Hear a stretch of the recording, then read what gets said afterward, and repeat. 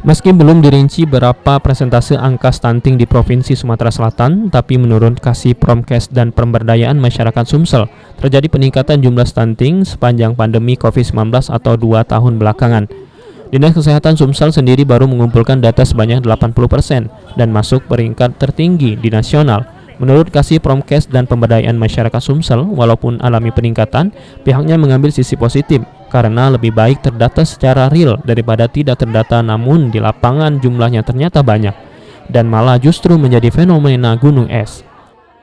Nah ini kebetulan yang stunting ini saya tidak kalau terkait data ini harus fix ya, tapi kita masih di bawah nasional lah Sumatera Selatan.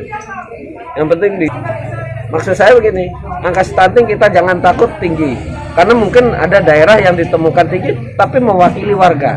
Ada daerah lain angka stuntingnya kecil tapi banyak yang tidak dilaporkan. Nah itu jadi kendalanya itu. Jadi lebih baik tinggi tapi terlapor semua itu mewakili komunitas daripada angkanya kecil tapi ditutup-tutupi tadi. Itu menjadi semacam gunung es nantinya.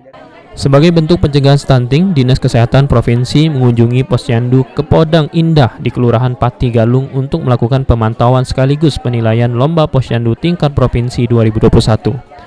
Imam Subroto menyampaikan stunting di masa pandemi dapat dicegah dengan melakukan inovasi posyandu dan gotong royong yang menjadi budaya masyarakat Indonesia. Beni Firdaus, PAL TV.